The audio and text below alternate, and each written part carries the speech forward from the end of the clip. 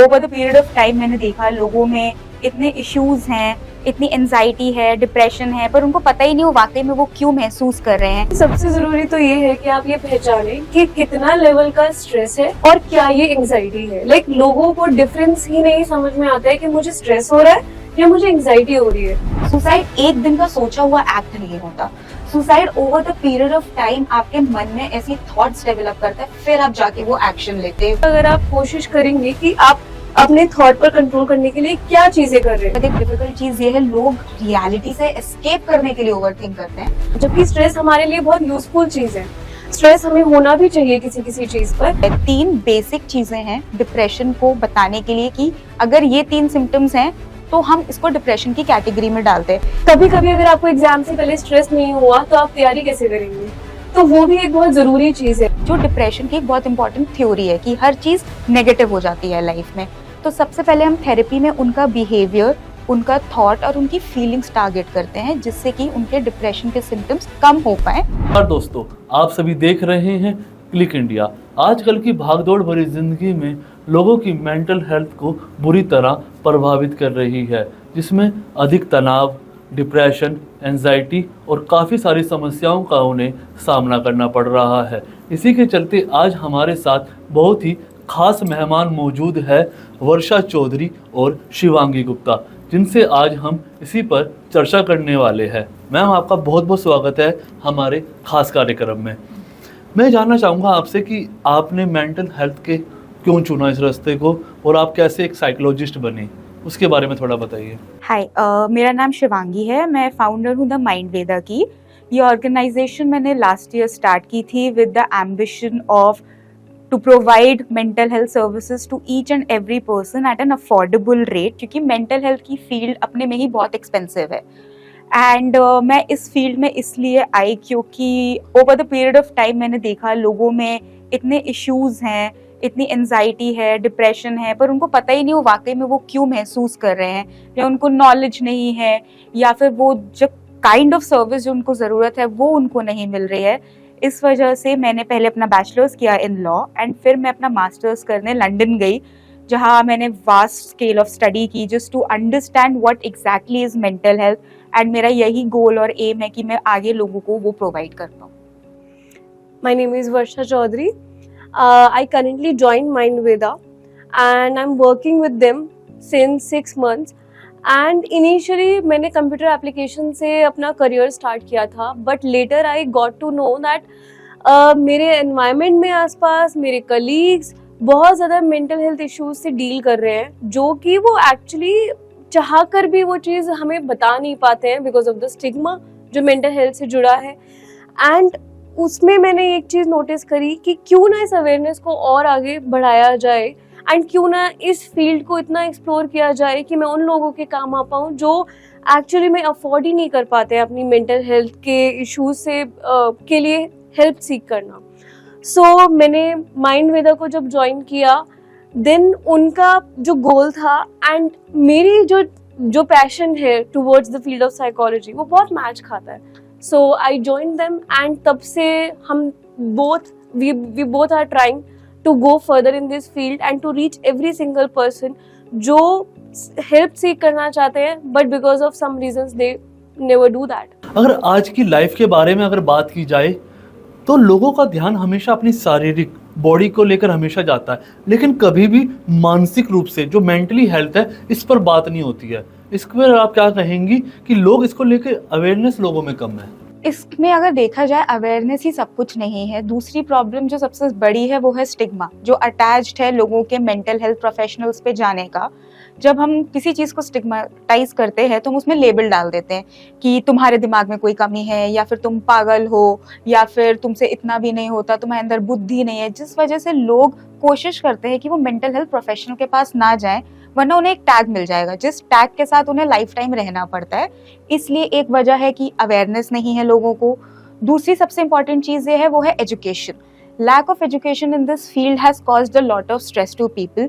अब अगर किसी को बेसिक पेट में दर्द है तो वो जनरल फिजिशियन के पास जाएगा, वो नहीं सोचेगा कि मेरा पेट का दर्द मेरे स्ट्रेस का रिएक्शन है। तो इस वजह से भी लोग जाते नहीं हैं किसी भी साइकोलॉजिस्ट और मेंटल हेल्थ प्रोफेशनल के पास, क्योंकि उन्हें फिजिकल हेल्थ और मेंटल हेल्थ में डिफ्रेंसिएशन नहीं पता है कि किस वजह से क्या हो रहा है। मैम आपका 9 साल का एक्सपीरियंस है, तो आपने क्या जैसे फेस किया, जैसे कि लोग केमिस्ट से दवाई ले लेते हैं, हर चीज़ को लेकर आप समझ ही रहे होंगे कि मैं क्या कहना चाहता हूँ, लोग इस चीज़ को लेकर इतनी जागरूकता क्यों नहीं है उनके अंदर? इसलिए क्योंकि अगर आप खुद भी अपने सिम्टम्स देखेंगे कभी कुछ बुखार होते हुए तो आप बहुत जल्दी रिकॉग्नाइज कर पाएंगे, लेकिन अगर आपके सर में दर्द किसी टेंशन या किसी तनाव की वजह से हो रहा है तो आप बहुत ज़्यादा ऐसे सोचेंगे कि कोई बात नहीं, जब तक सॉल्यूशन होगा तब ये भी ठीक हो जाएगा। आप कोशिश नहीं करेंगे कि मैं एक स्टेप फॉरवर्ड जाऊं और मैं उस चीज़ के लिए बहुत ज़्यादा प्रोफेशनल हेल्प लूं। तो यूजुअली लोगों का अप्रोच बहुत ज़्यादा मेडिकेशन पे होता है, क्योंकि इनिशियली एकदम रिजल्ट हमें देखने को मिल पाते हैं, लेकिन जब बात थेरेपी की होती है तो वो एक स्लो प्रोसेस होने की वजह से लोग बहुत ज़्यादा डिपेंड नहीं हो पाते, और मेंटेनेंस भी काफ़ी ज़्यादा देखा जाता है कि थेरेपी में आपको मेंटेन करना पड़ता है, जिससे लोग बहुत ज़्यादा कतराते हैं। मैं आपसे जानना चाहूँगा मैम कि भारत के अंदर एक वर्ड और एक प्रॉब्लम सबसे ज़्यादा बढ़ी है, जिसको इंग्लिश में कहते हैं डिप्रेशन। आजकल जिससे पूछो डिप्रेशन है। मैम ये डिप्रेशन क्या है और कैसे इससे ठीक किया जा सकता है? देखिए, अगर बात डिप्रेशन क्या है की है तो डिप्रेशन एक इस तरीके की मानसिक समस्या है जिससे ज़्यादातर हमारी इंडिया में पॉपुलेशन जो है जूझ रही है, और उसका एक बहुत बड़ा रीज़न ये है कि लोग इसके सिम्टम्स को बहुत ज़्यादा इसी से रिलेट करते हैं कि या तो कोई बहुत ज़्यादा कमरे में बंद हो गया है या फिर बहुत ज़्यादा रो रहा है, सिर्फ तभी उसको डिप्रेशन है। पर डिप्रेशन होने के दूसरे सिम्टम्स भी होते हैं, जैसे अगर कोई बहुत ज़्यादा एक्टिविटी में जा भी रहा है, अपने रोज़ के काम कर भी रहा है, पर उसकी कंटिन्यूस ओवर थिंकिंग भी चल रही है, कंटिन्यूसली वो इस जोन में है कि उसको लग रहा है वो कभी भी रो देगा, वो बहुत ज़्यादा लोगों से कतराने भी लगता है। इस तरीके की चीज़ें भी डिप्रेशन में रहती हैं। और रही बात उसके इलाज की, तो उसके लिए हमारे पास डिफरेंट थेरेपीज़ होती हैं जिसके लिए लोग अप्रोच कर सकते हैं, और मेडिकेशन पे भी लोग शिफ्ट होते हैं, पर उसकी मेडिकेशन की जो टाइम होता है वो एक सीवियरिटी लेवल जो होता है उसका अलग होता है, लेकिन उस चीज़ को लोग ज़्यादातर इसी तरीके से देखते हैं कि नहीं, मैं मेडिकेशन लूँगा तो ही ठीक होऊंगा। थेरेपी के लिए उन्हें बहुत लॉन्ग प्रोसेस से जाना पड़ता है, जिसके लिए वो वहाँ जाना पसंद नहीं करते हैं, पर थेरेपी पर डिपेंड हो सकते हैं। एंड कैसे डिपेंड हो सकते हैं वो शिवांगी हमें बताएंगे। हाँ मैम, कि बेसिकली इसमें जैसे कि आप कोई बहुत सारे पेशेंट आते होंगे जिनको मेंटली थोड़ी सी प्रॉब्लम होती होगी, डिप्रेशन भी होता होगा, तो आप उनको कैसे थेरेपी कर सकते हैं और कैसे ठीक करके ये सोल्यूशन देते हैं उन्हें? इसमें पहली चीज़ तो मैं ये ऐड करना चाहूँगी, आज के टाइम में डिप्रेशन एक ऐसा वर्ड है जो बहुत बेसिक चीज़ में भी हम यूज़ करने लग गए। जैसे अगर छोटा बच्चे से भी आप पूछोगे कि वो परेशान क्यों है, वो दुखी क्यों है, तो वो बोलेगा वो डिप्रेशन में। पर क्या वाकई डिप्रेशन का मतलब सिर्फ परेशान होना या दुखी होना होता है, या इसमें और भी चीज़ें देखी जाती हैं? जो हमारी फील्ड में जो मैंने पिछले 7 साल में एक्सपीरियंस किया है, 3 बेसिक चीज़ें हैं डिप्रेशन को बताने के लिए कि अगर ये 3 सिम्टम्स हैं तो हम इसको डिप्रेशन की कैटेगरी में डालते हैं। जैसे हो गया, बहुत बॉडी में थकान रहती है, कोई बिना वजह के आप बहुत ज़्यादा टायर्ड फील कर रहे हो, या फिर दिन भर आपका मूड बहुत सैड लग रहा है, या फिर जिन चीज़ों में हमें पहले इंटरेस्ट था उसमें हमारा इंटरेस्ट अब खो गया है। ये 3 चीज़ें बहुत ज़रूरी हैं बोलने के लिए हाँ इंसान डिप्रेशन में है, ना कि सिर्फ इतना कि सुबह उठने का मन नहीं करता मतलब मैं डिप्रेशन में हूँ। तो एक ये चीज़ है जो हमें डिप्रेशन के बारे में गौर करनी चाहिए, डिफ्रेंशिएट करना ज़रूरी है कि डिप्रेशन है या फिर कुछ और है। रहा सवाल थेरेपी का, जब हम थेरेपी के बारे में बात करते हैं, सबसे पहले हम डिप्रेशन में टारगेट करते हैं उनका परसेप्शन। अगर आपका परसेप्शन चीज़ों को देखने का ही गलत है तो आप उसको नेगेटिव वे में ही अप्रोच करोगे, जो डिप्रेशन की एक बहुत इंपॉर्टेंट थ्योरी है कि हर चीज़ नेगेटिव हो जाती है लाइफ में। तो सबसे पहले हम थेरेपी में उनका बिहेवियर, उनका थॉट और उनकी फीलिंग्स टारगेट करते हैं, जिससे कि उनके डिप्रेशन के सिम्टम्स कम हो पाए।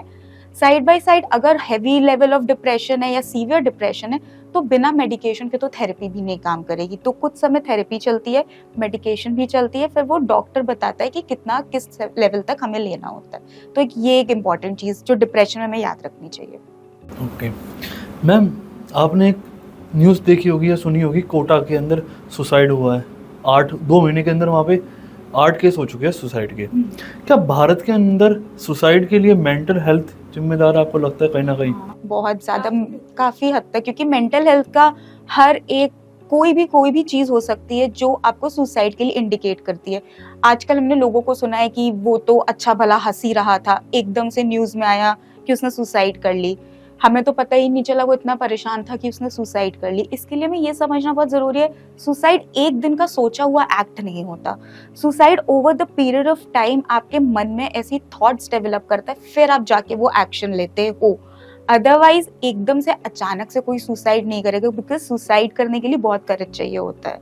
क्योंकि आप अपने आप को अगर छोटा सा भी कट मार लोगे, आपको दर्द होगा, आपको वो दर्द महसूस होगा। तो आप कह रहे हो कि पहले से ही उसके माइंड साइकोलॉजिकली वो भूमिका बनानी शुरू हो जाती है, हाँ। उसी थॉट प्रोसेस के अनुसार। हाँ, ये पर डिप्रेशन में देखा जाता है, या फिर एंजाइटी और सीवियर पीयर प्रेशर के केसेस में होता है। जैसे अगर किसी इंसान की सेल्फ एस्टीम बहुत ही लो है और साइड बाय साइड उसके ऊपर पीयर प्रेशर डाला जा रहा है, या पेरेंट्स फैमिली प्रेशर डाल रहे हैं कि तुम्हें बहुत अच्छा परफॉर्म करना है या तुम्हें ऐसे मार्क्स लाने हैं, बट वाकई में उसको कोई एक ऐसी प्रॉब्लम है, जैसे उसका कंसंट्रेशन नहीं बन रहा या उसे चीज़ें नहीं समझ में आ रही, बट फैमिली के प्रेशर की वजह से वो उस तरफ जा सकता है। लेकिन और भी बहुत से केसेस होते हैं जहाँ पे सुसाइड एक इम्पल्सिव एक्ट होता है। जैसे हम बात करते हैं मेनिया की, जहाँ पे सुसाइड एक इम्पल्सिव एक्ट होगा, जहाँ पे कि वो रेकलेस एक्ट होगा। क्योंकि जब हम मेनिया के फेज में होते हैं, हमें पता ही नहीं होता जो हम कर रहे हैं वो सही है या गलत है। हमारे अंदर बॉडी में इतनी एनर्जी होती है कि जैसे हम देखते हैं पैरानॉर्मल एक्टिविटीज़ में कि इंसान दीवार चढ़ने लग गया, या फिर इंसान ने टेबल उठा ली, बहुत हैवी चीज़ें उठा ली। ये हम मेनिया के फेसेस में भी क्लाइंट्स में और पेशेंट्स में देखते हैं कि वो बहुत तेज़ तेज़ बोल रहे हैं, बहुत जल्दी जल्दी बोल रहे हैं, बहुत हैवी सामान उठा रहे हैं, बहुत तेज़ तेज़ भाग रहे हैं। तो जिसको एक तरीके से देखा जाए इंडिया में पैरानॉर्मल एक्टिविटीज़ में भी माना जाता है, तो वहाँ पे भी डिफ्रेंशिएट करना बहुत ज़रूरी हो जाता है। मैम, मैं आपसे एक बात जानना चाहूँगा, बड़ा इंटरेस्टिंग सी बात सामने आई है। तो मैम, आपके सामने कभी ऐसे केस आए हैं जिसको कहते हैं हम भूत प्रेत वाला केस? बहुत रोज़मर्रा की ज़िंदगी में ऐसे बहुत केसेस आते हैं। आप उन सब केसेस को भी अगर हटा दें, अगर हम सिर्फ सुसाइड को लेकर ही ये बात करें, तो आपने बुराड़ी वाला केस तो सुना ही होगा। वो एक बहुत इम्पल्सिव एक्ट था जिसमें लोगों, ये इसी तरीके की एक्टिविटीज़ थी कि हम अगर कुछ करते भी हैं तो भी हम बच जाएंगे, क्योंकि हमें तो मोक्ष में जा रहे हैं हम। तो लोगों का मानना या लोगों का जो बिलीफ है, जो थॉट प्रोसेस है, वो इस लेवल तक चला जाता है कि उन्हें ये समझ नहीं आता है कि मैं जो कर रहा हूँ वो रियलिस्टिक एक्ट है या अनरियलिस्टिक। एंड इसमें जाते जाते वो अपनी उस एक्चुअल जो थॉट प्रोसेस है उसको अनरियलिस्टिक वर्ल्ड में शिफ्ट करते चले जाते हैं। एंड इसी वजह से बुराड़ी वाले केस में भी देखा गया कि इतने सारे लोगों ने इकट्ठे सुसाइड कर लिया, लेकिन उन्हें फिर भी उस चीज़ को लेके ऐसा नहीं था कि कोई अवेयरनेस हो कि हम कुछ गलत करने जा रहे हैं अपनी लाइफ के साथ, या इसका आगे कॉन्सिक्वेंस क्या होगा। मैम, जैसे कि बहुत सारे अलग तरीके होते हैं, जो मैंने आपसे भी कहा था कि लोग कई पंडितों के पास जाते हैं कहीं पे, या कुछ लोग इसी तरह की विद्या वाला के पास आते हैं। एक साइकोलॉजिस्ट होने के नाते आप इन चीज़ों को कैसे ठीक करती हैं? हम लोग तो पहले डॉक्टर के पास भेजते हैं कि दवाई लेना बहुत ज़रूरी है। अगर हम साइकोलॉजी और मेडिकल फील्ड के हिसाब से बात करते हैं, तो ये रोल है न्यूरोट्रांसमीटर्स का बॉडी में, जो बहुत टेक्निकल हो जाएगा, इसलिए हम लोग उसमें जाएंगे नहीं। आपके ब्रेन के जो केमिकल चेंज होते हैं वो बहुत ज़्यादा हाई स्पीड पे चेंज होने लगते हैं, जिस वजह से होता है। नॉट दैट हम चैलेंज कर रहे पैरानॉर्मल एक्टिविटीज़ और इन सारी चीज़ों को, हर फील्ड की अपनी अपनी रेलेवेंस एंड इम्पॉर्टेंस है। अगर कोई इंसान बहुत परेशान है या उसके घर में कुछ ऐसी चीज़ें हो रही हैं जिस वजह से वो बहुत परेशान है, तो वैसे भी सबसे पहले पंडित के पास ही जाएगा। हमारे पास तो लोग तब आते हैं जब उनको लगता है कि अब कोई ऑप्शन नहीं बचा। पहले वो जाएंगी एस्ट्रोलॉजी में या फिर any alternate form of healing, which is not wrong also, it is fine, सबका अपना अपना चॉइस होता है। So it's okay, it's just that हम रिकमेंड नहीं करते हैं नॉर्मली। वी टेल देम कि आप मेडिसिन लो, फिर हम थेरेपी करते हैं side by side. And most of the cases में जो इन्होंने बुरारी वाला बताया, वैसे केसेस में नॉर्मली हॉस्पिटलाइजेशन मैंडेटरी होता है। Okay mental hospital. मैम, अभी हमने डिप्रेशन की बात करी, एक वर्ड उसी के साथ एक चीज़ साथ में आ जाती है, एंजाइटी। बिल्कुल। मैम, ये क्या है कि ये प्रॉब्लम है जी शारीरिक है, बॉडी से रिलेटेड है, या ये मेंटली हेल्थ से रिलेटेड है, क्या है ये? ये दोनों है एक तरीके से अगर देखा जाए तो। एंजाइटी क्या है? एंजाइटी एक घबराहट है, जो आपको बहुत ज़्यादा होती है क्योंकि प्रेजेंट में ऐसा कुछ हुआ है, कोई ऐसा छोटा मोटा स्ट्रेस आया है आपकी लाइफ में से, आप डील नहीं कर पा रहे हो, तो आप डर जाते हो, आप घबरा जाते हो, आपको चक्कर आने लगते हैं, आपके हाथ पैर कांपने लग जाएंगे, आपको स्वेटिंग होने लगेगी, या फिर आप किसी फ्यूचर इवेंट के बारे में सोच सोच के कर रहे हो। कभी कभी आपकी एंजाइटी शारीरिक भी हो सकती है। वो कैसे? अगर आपके सर में बहुत दर्द है, पेट में बहुत दर्द है, कुछ सिम्टम्स दिखे, आपने जाके गूगल कर लिया, अब गूगल तो आपको बहुत हाई लेवल ऑफ प्रॉब्लम्स दिखाएगा, तो उस केस में आपको एंजाइटी हो जाएगी। तो एंजाइटी का कॉज शारीरिक भी हो सकता है, मेंटल भी हो सकता है, पर वो फिर साइकोलॉजिस्ट डिटरमाइन करता है कि वो कहाँ से अराइज हो रहा है। अगर वो हेल्थ से रिलेटेड है तो वो हेल्थ एंजाइटी के अंदर आ जाता है। अगर वो किसी और वजह से रिलेटेड, जैसे डर हो गया, जैसे फोबिया हो गया, फोबिया का केस हो गया, सोशल एंजाइटी हो गई, ये मोस्टली साइकोलॉजिकल लेवल पे काम करता है। मैम आप हमें इसमें ये ऐड करके बताइए कि ये एंजाइटी हो गया, इससे कैसे मतलब आप उस पर कैसे ट्रीटमेंट करते हैं, आप कैसे बचा जा सकता? देखिए, सबसे ज़रूरी तो ये है कि आप ये पहचानें कि कितना लेवल का स्ट्रेस है और क्या ये एंजाइटी है। लोगों को डिफरेंस ही नहीं समझ में आता है कि मुझे स्ट्रेस हो रहा है या मुझे एंजाइटी हो रही है। कभी कभी लोग नॉर्मल स्ट्रेस को भी बोलते हैं मुझे बहुत एंजाइटी हो रही है, मुझे बहुत एंजाइटी हो रही है, एंड इसकी वजह से वो अपने स्ट्रेस को एक बीमारी की तरह देखना चालू कर देते हैं, जबकि स्ट्रेस हमारे लिए बहुत यूजफुल चीज़ है। स्ट्रेस हमें होना भी चाहिए किसी किसी चीज़ पर, जैसे एग्जाम पे। कभी कभी अगर आपको एग्जाम से पहले स्ट्रेस नहीं हुआ तो आप तैयारी कैसे करेंगे? तो वो भी एक बहुत ज़रूरी चीज़ है। लेकिन अगर आपका स्ट्रेस होने पर भी आपकी बॉडी फंक्शनल लेवल पे काम कर पा रही है, आप प्रॉपर नींद ले पा रहे हो, आप खाना खा पा रहे हो, दैट मीन्स कि आप एक अच्छे स्ट्रेस लेवल में हो जो आपको हेल्प कर रहा है आपकी ग्रोथ में, आपकी एक्टिविटी में। लेकिन अगर आप एंजाइटी पीरियड में हो तो आपका फंक्शनल लेवल बिल्कुल डिस्टर्ब हो जाएगा, एंड साथ में आपकी अदर बॉडी के जो सिम्टम्स हैं, जैसे आप खाना नहीं खा पा रहे हो, वॉमिट कर रहे हो, आप सो नहीं पा रहे हो, या फिर आपकी स्लीप बार बार टूट रही है, तो ये कुछ चीज़ें हैं जो आपको बताने में हेल्प कर रही हैं कि आपकी बॉडी इस वक्त स्ट्रेस से नहीं बल्कि किसी और चीज़ से गुजर रही है, और आपको इसके लिए बाकायदा किसी प्रोफेशनल की हेल्प लेने की ज़रूरत है या फिर अपनी एंग्जाइटी पर वर्क करने की ज़रूरत है।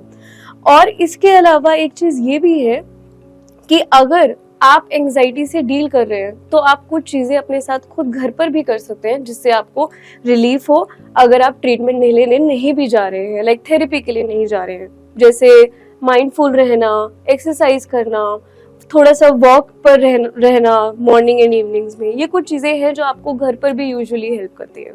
मैम बहुत लोगों को फोबिया होता है, किसी को किसी चीज़ का फोबिया। मुझे लगता है ऐसा सर्दियों में या गर्मियों में मुझे अलग अलग टाइम पे ड्यूरेशन में फील होता है कि जो मैंने नोटिस किया कि मुझे डॉग फोबिया है कि डॉग में अगर कहीं मेरे पीछे तो नहीं आ रहा है। तो बहुत सारे लोग हैं अलग अलग है, किसी को ऊंचाई से होता है कि वो भाग जाते हैं, मेरे यार दोस्त है। तो मैम फोबिया के क्या लक्षण होते हैं? पहले में ये समझना पड़ेगा फोबिया होता क्या है। फोबिया एक ऐसा इमोशन है जो आपको इतना ओवरवेल्म कर देता है किसी भी सिचुएशन में, किसी भी प्लेस में, किसी भी चीज से या किसी भी एनिमल से, तो वो इतना डर पैदा कर देता है आपके अंदर कि आप वो चीज़ कर ही नहीं सकते हो, आप उस चीज़ के पास जाओगे ही नहीं। जैसे कुछ लोगों को बहुत कॉमन हमने सुना है क्लॉस्ट्रोफोबिया होता है, बेसिकली बंद जगहों से डर होता है। अगर आपको लिफ्ट में कोई बोल दे कि लिफ्ट में फर्स्ट फ्लोर से थर्ड फ्लोर जाना है और अगर आपको क्लॉस्ट्रोफोबिया है तो आप लिफ्ट में एंटर नहीं कर पाओगे, और अगर आप एंटर कर गए तो आपको सांस नहीं आएगी, आपको ऐसा लगेगा कि सांस नहीं आ रही है, चोकिंग फीलिंग हो रही है, बॉडी में बहुत ज़्यादा वियर्ड सेंसेशंस हो रही हैं। तो ये सारी चीज़ें आपको फोबिया में देखने को मिलती हैं। और फोबिया को अगर हमें ट्रीट करना है तो मेडिसिन से ज़्यादा इम्पॉर्टेंट है थेरेपी। बहुत सारी forms of therapy over the period of time psychology में डेवलप हुई हैं जो स्पेसिफिकली फोबिया टारगेटेड होती हैं। मैम आपने कोई ऐसे केस देखे होंगे फोबिया वाले जो आपके पास आए होंगे इतने सालों में, तो आपने उनको कैसे हैंडल किया? पहली चीज़ तो ये है, काफ़ी लोग तो फोबिया के लिए डॉक्टर के पास कभी जा ही नहीं पाते हैं। जैसे अगर आप खुद भी देखें, आपके घर में या आसपास कोई ना कोई ज़रूर होगा जिसे छिपकली से बहुत डर लगता होगा, लेकिन वो कभी भी उस चीज़ पे वर्क नहीं करना चाहेगा। तो बहुत कम ऐसे फोबियाज होते हैं जिसके लिए लोग एक्चुअली जाकर हेल्प सीख करते हैं। मैम आपके ख्याल से मेंटल हेल्थ पर कौन कौन सी चीज़ें असर डालती है? सब कुछ। फॉर एग्जाम्पल बेसिक एग्जाम्पल अगर हम लेते हैं, ऑफिस आना है, ऑफिस आने में लेट हो रहा है एज इट इज, ट्रैफिक मिल गया रास्ते में, उस मोमेंट में आपको कितना लेवल ऑफ स्ट्रेस हो सकता है, आपका ब्लड प्रेशर चेंज हो सकता है, आपके बॉडी टेम्परेचर चेंज हो सकता है, आपके हार्ट पे कितना प्रेशर पड़ रहा है। तो बहुत ही बेसिक चीज़ है कि ट्रैफिक में फंस गए, ऑफिस में लेट पहुंचेंगे। मैम क्या कहते हैं उस दौरान हमारे माइंड है ना ओवर थिंकिंग की तरफ भी चलता है जैसे, तो इसमें और जो भी आपने एग्जांपल ये वाला दिया, और इसके अलावा तो हर चीज में वो है, तो आप मेन किन किन पॉइंटों को देखते हैं सबसे ज्यादा जो है? सबसे ज़्यादा हम पहली चीज़ देखते हैं जो इम्पोर्टेंट हमारे लिए, उनका परसेप्शन क्या है चीज़ों को देखने का। हर किसी का नज़रिया अपना अपना होता है चीज़ों को देखने का। वो नज़रिया हमारे अंदर कहाँ से बनता है? हम बचपन से तो पैदा नहीं होते उस नज़रिए के साथ। हम कैसे इन्वायरमेंट में रह रहे हैं, हमारे फैमिली जीन्स कैसे हैं। अगर किसी की जेनेटिक हिस्ट्री में ही डिप्रेशन है या फिर एंजाइटी इश्यूज़ हैं, तो वो ऑटोमेटिकली बच्चे में आ जाता है। तो जब आप परसीव ही करोगे चीज़ें ना नेगेटिव वे, तो आपको तो स्ट्रेस हो गई। जैसे 2 तरीके हैं चीज़ों को परसीव करने के। आप ट्रैफिक में फंस गए, ऑफिस में लेट हो रहे हो, जिसका हेल्दी कोपिंग मैकेनिज्म होगा वो जाके युगा ठीक है 10 मिनट लेट भी अगर ऑफिस पहुंचेंगे, कॉम्पनसेट हो जाएगा by staying 10 minutes late in office. लेकिन जिसको बहुत ज़्यादा स्ट्रेस है, उसका सबसे पहले थॉट होगा आज मुझे जॉब से निकाल दिया जाएगा या आज मेरा पूरा दिन खराब जाएगा। तो ये एक परसेप्शन का रोल होता है जो आपकी मेंटल हेल्थ पे बहुत असर डालता है। दूसरी चीज़ हो गई आपका फैमिली एनवायरनमेंट कैसा है। अगर आप बहुत ही टॉक्सिक एनवायरनमेंट में रहते हैं तो आपको ऑटोमेटिकली मेंटल हेल्थ इश्यूज आएंगे। अगर दिन भर आप ऐसे एनवायरनमेंट में रह रहे हैं जहाँ आपके पेरेंट्स चिल्ला रहे हैं, जहाँ सिबलिंग्स में फाइट हो रही है, तो इन एनी केस आपको स्ट्रेस होगा, आप वो चीज़ अवॉइड नहीं कर सकते हो। तो एक कोपिंग मैकेनिज्म होता है जो बहुत इंपॉर्टेंट रोल प्ले करता है। अगर आपका हेल्दी कोपिंग मैकेनिज्म है, you are good to go. अगर आपका अनहेल्दी कोपिंग मैकेनिज्म है, तो अगर लेट्स से इंसान गिर गया जमीन पे चलते चलते, ट्रिप हो गया, तो वो सबसे पहले सोचेगा लोग मेरे बारे में क्या सोच रहे हैं। तो उसके लिए वो भी एक स्ट्रेसफुल सिचुएशन हो सकती है कि अब लोग मेरा मजाक उड़ाएंगे। एंड कंसिडरिंग सोशल मीडिया पे आजकल हर चीज़ रिकॉर्ड होती है, मीम्स बनते हैं उन चीज़ पे, सबसे पहले उनका थॉट वहीं पे जाएगा। लेकिन जो हेल्दी वे में सोच रहा है, जो हेल्दी वे में परसीव कर रहा है, वो सिर्फ इतना सोचे कोई बात नहीं, मैं गिर गया तो गिर गया, it's okay, it's fine, I can move on from it. But the other person won't be able to move on from it. So it's just about how you see the society, how you perceive the situation, and that will determine कि आपकी day to day life में क्या effective stress देगा, क्या नहीं देगा। ये चीज़ important है। ये सारा पूरा मेंटल हेल्थ का रिलेटेड हो गया है। हाँ। मैम आप ये बताइए हमको कि ओवर थिंकिंग आपने वर्ड सुना होगा नॉर्मली, मतलब हर व्यक्ति आपके पास आता होगा तो ओवर थिंकिंग नॉर्मल किसी से बात करो तो भी ओवर थिंकिंग। मेरे बहुत सारे दोस्त हैं छोटी छोटी बातों पे ओवर थिंकिंग करने बैठ जाते हैं। तो आपको क्या लगता है कि कैसे इस चीज़ को कम किया जा सकता है या इसको छुड़ाया जा सकता है, बचा जा सकता है? इससे पहले ये बताइए। बिल्कुल बचा जा सकता है। अगर बचा ही नहीं जा रहा होता तो साइकोलॉजिस्ट होते किस लिए? साइकोलॉजिस्ट का काम ही यही है कि सबसे पहली चीज तो उसके थॉट, उसके बिहेवियर और उसके इमोशन, इन तीनों चीजों को उसको दिखाना कि आप किस तरीके से एक्चुअली ओवरथिंक कर रहे हो और वो कितना आपके इमोशन और बिहेवियर पे अफेक्ट डाल रहा है। तो अगर आप ओवरथिंकिंग कर रहे हो तो आपका जो थॉट प्रोसेस है वो चेन बना रहा है। आपको सबसे पहली जो थॉट परेशान कर रही है, आपको कोशिश करना होगा कि आप उस पहले थॉट को रिकॉग्नाइज कर पाओ कि मैं ये नेगेटिव जो थॉट बना रहा हूँ या फिर अब इसको और आगे आगे बढ़ा रहा हूँ, ये शुरू कहाँ से हो रहा है, मुझे स्टॉप कहाँ करना है। दूसरी चीज, अदरवाइज भी अगर आप कोशिश करेंगे कि आप अपने थॉट पर कंट्रोल करने के लिए क्या चीजें कर रहे हैं, तो माइंडफुल रहना इज द बेस्ट एक्टिविटी आप जो उस टाइम पर कर सकते हैं, जिसका एक बहुत अच्छा एग्जाम्पल है ग्राउंडेड टेक्निक। आप जस्ट बहुत छोटी सी चीज है, 5 स्टेप की है, इसको तो आप भी कर सकते हैं अपने घर पर। आपको किसी चीज का स्ट्रेस अचानक हो रहा है एंड आप उस चीज को लेके ओवरथिंक करना चालू कर रहे हैं, तो आप 5 स्टेप में पहला स्टेप है, कोई भी आप 5 चीजें अपने आसपास खुद को माइंडफुली दिखाइए कि ओके ये एक चीज है, ये एक चीज है, ये एक चीज है, लाइक 5 थिंग्स आपको देखनी है और आपको उनको ऑब्जर्व करना है। And after the 4th thing there is smell, जो आप 3 चीजें, कोई भी अच्छी चीजें स्मेल करिए एंड अपने आसपास उन चीजों को ऑब्जर्व करिए कि मेरे आसपास कौन सी 3 अलग चीजें हैं जिसकी मुझे स्मेल आ रही है।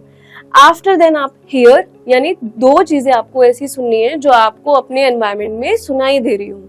And after then last thing is आपको टेस्ट करके देखना है। कोई भी आप एक चीज टेस्ट करिए। ये 5 चीजें जो है, 5 स्टेप्स जो है, ये आपको उस टाइम पे उस ओवर थिंकिंग से डिस्ट्रैक्ट कर देंगे। मैम आपके ख्याल से इंसान सबसे ज़्यादा ओवर थिंकिंग कब करता है या मेंटली हेल्थ की दिक्कतें सबसे ज़्यादा कब आती है? मुझे तो लगता है रात को आती है।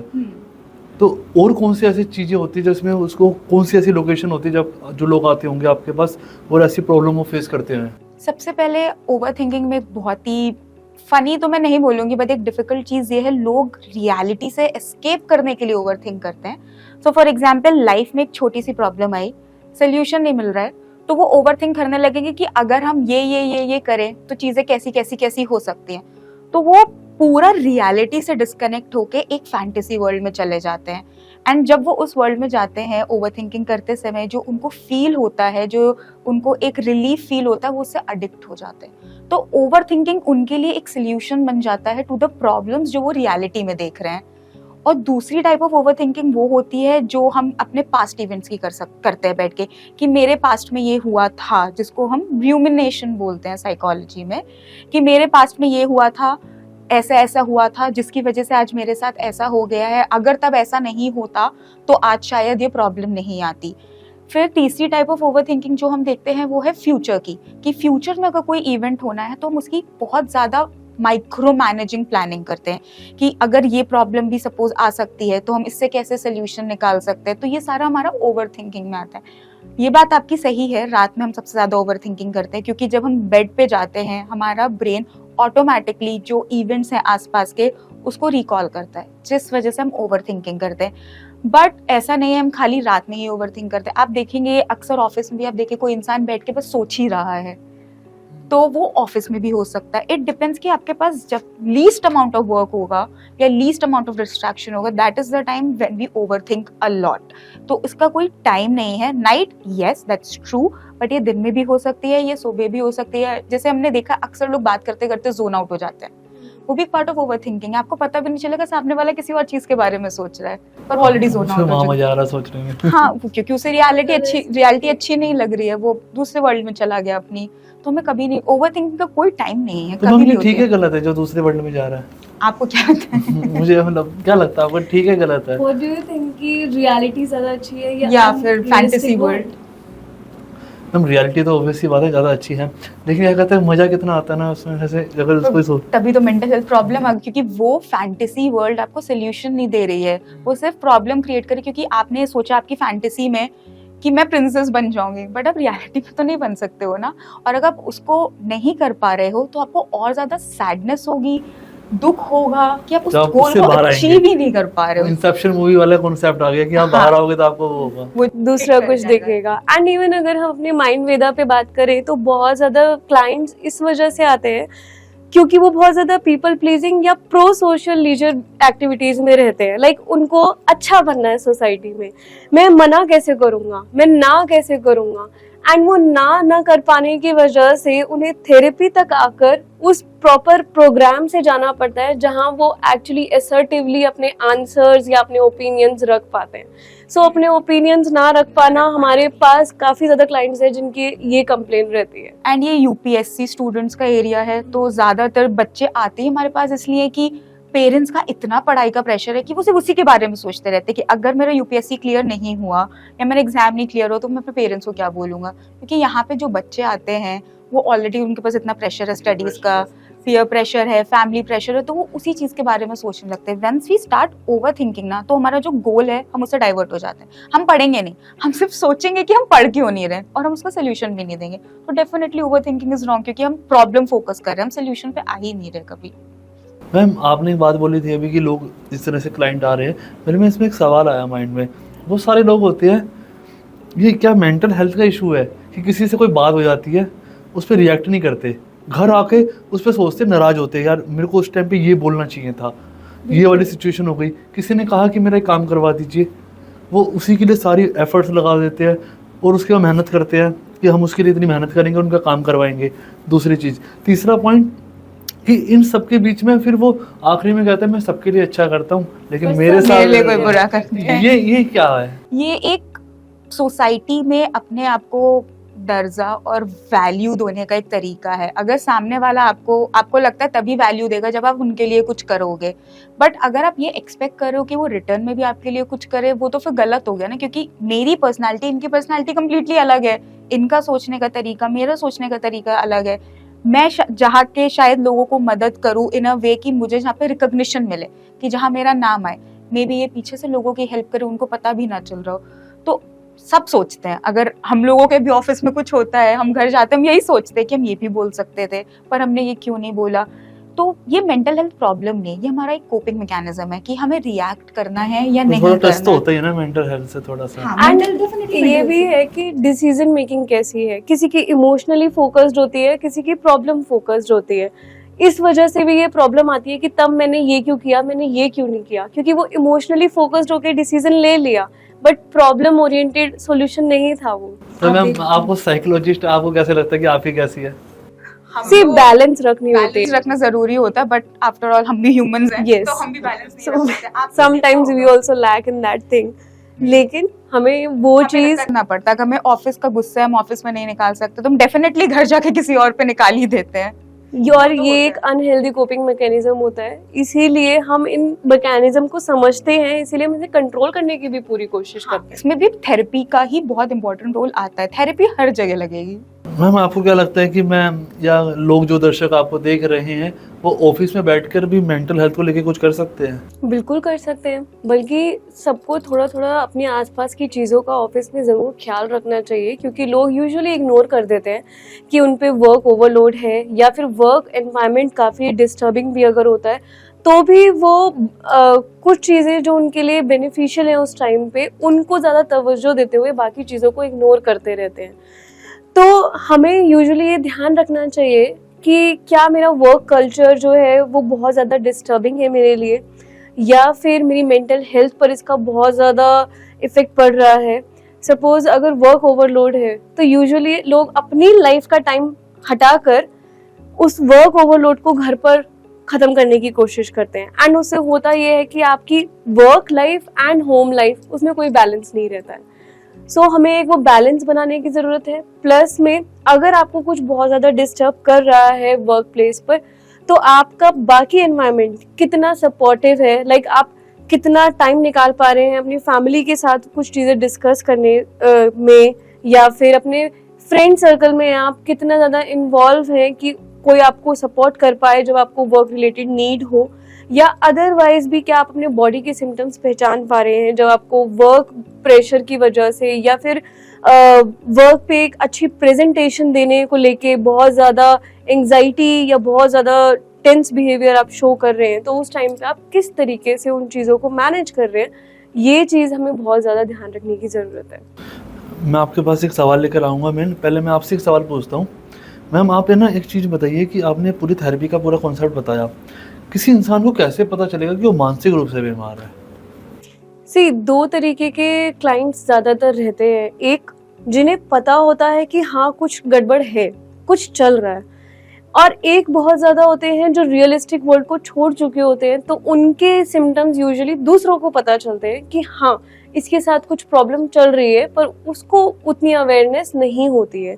जब अवेयरनेस नहीं होती है तो साइकोलॉजिस्ट के पास जो थेरेपी पैटर्न की आप बात कर रहे थे उसमें सबसे पहला स्टेप ही ये होता है कि इंसाइट बिल्ड कराई जाए, यानी उसको उस अवेयरनेस में लाया जाए कि हाँ ये दिक्कतें हैं, तो ये किसी रीज़न की वजह से है, आप किसी चीज़ से ग्रस्त हो उसकी वजह से है। और जब किसी को ऑलरेडी अवेयरनेस होती है कि हाँ मैं कुछ फील तो करता हूँ, मुझे लगता है कि मेरी धड़कन रुकने वाली है, या मेरे को हमेशा ऐसे ही टाइम पे सर दर्द होता है, ये चीज़ें हैं, जब ये चीज़ें लेकर आते हैं लोग साइकोलॉजिस्ट के पास, तो हमारा काम बहुत ज़्यादा ये रहता है कि हम उसे ये समझा पाएं कि वो किस लाइन में या किस तरीके की प्रॉब्लम में जा रहा है, तब जाकर हम उस पर वर्क कर पाते हैं। मैम एक होता है कि बिहेवियर डिसऑर्डर और एक होता है नार्किस्टिक बिहेवियर शायद। मैम इसके बारे में थोड़ा बताइए कि ये क्या मेंटल हेल्थ का कारण होता है, क्या क्या है इसकी वजह? सबसे पहले तो मैं ये चीज़ बताऊंगी, जो नार्सिसिस्टिक बिहेवियर होता है वो पर्सनालिटी डिसऑर्डर होता है, और बिहेवियरल डिसऑर्डर डिफरेंट चीज़ होती है। सो नार्सिसिस्टिक पर्सनालिटी डिसऑर्डर की ही तरह काफ़ी और तरह के पर्सनालिटी डिसऑर्डर्स होते हैं जो लोगों में देखे जाते हैं, एंड पर्सनालिटी डिसऑर्डर होने का सबसे बड़ा रीज़न ये होता है, नॉट ब्लेमिंग पेरेंट्स, बट आपकी अपब्रिंगिंग कैसी है। आपकी अपब्रिंगिंग, आपको बचपन में कैसा एनवायरनमेंट मिला है, आपको स्कूल में कैसा एनवायरनमेंट मिला है, आपके साथ अगर स्कूल में किसी ने आपको बहुत ज़्यादा बुली किया है या बुलीड चाइल्ड रहे हो हमेशा से, तो आपकी पर्सनालिटी का शेप कम्प्लीटली डिफरेंट हो सकता है। जैसे मोस्टली केसेस में जहाँ पे बुलिंग की हिस्ट्री होती है या फैमिली अब्यूज़ की हिस्ट्री होती है, उस केस में हम बॉर्डर लाइन पर्सनैलिटी डिसऑर्डर काफ़ी देखते हैं, which is again a type of a personality disorder. अगर हम आपके क्वेश्चन नार्सिसिस्टिक बिहेवियर पे आते हैं, तो जो नार्सिसिस्टिक पर्सनैलिटी होती है उसमें इंसान को ये लगता है मैं ही हूँ जो हूँ, बाकी सब आसपास मेरे गलत है, और वो लोगों को मैनिपुलेट करते हैं, वो लोगों को इस वे में डील करते हैं कि जिससे सिर्फ जो उनका काम हो उनके हिसाब से निकले। उनको लगता है वो ही सबसे अच्छे हैं, बाकी दुनिया में उनके आसपास सब गलत हैं। जो भी उनकी लाइफ में प्रॉब्लम्स आ रही हैं वो दूसरों की वजह से आ रही हैं, और इसमें वो अपनी सेल्फ एस्टीम ऐसे पोर्ट्रे करते हैं कि मेरी बहुत हाई सेल्फ एस्टीम है। लेकिन ये एक पैराडॉक्स है, क्योंकि जिन लोगों को नार्सिसिस्टिक पर्सनालिटी डिसऑर्डर होता है उनकी वाकई में सेल्फ इमेज और सेल्फ एस्टीम बहुत लो होती है, बट वो दुनिया को ऐसा दिखाते हैं कि मैं ही बहुत स्ट्रांग हूँ और मेरे ही आसपास दुनिया को रहना है, मेरे हिसाब से लोग अकोमोडेट करेंगे, पर मैं उनके हिसाब से अकोमोडेट नहीं करूँगा, because this is how it should be. People should work according to me and my needs. मेरी ही नीड सब कुछ है, सामने वाले को जो करना है करे, मुझे उससे मतलब नहीं है। ये नार्सिसिस्टिक पर्सनालिटी डिसऑर्डर का बिहेवियर क्लासिफिकेशन हो गया। वैसे ही बिहेवियर डिसऑर्डर्स होते हैं जो हम ज़्यादातर बच्चों में कैटेगराइज करते हैं। हम अडल्ट्स को इतना इजीली बिहेवियर डिसऑर्डर नहीं देते, बट हम बच्चों में देखते हैं। जैसे आपने देखा होगा कुछ बच्चे होते हैं बहुत झूठ बोलते हैं, बिना मतलब के झूठ बोलेंगे। अगर पेरेंट्स उनको बोला ये नहीं करना है तो वो डेफिनेटली वही करेंगे जो आप उनको मना करोगे।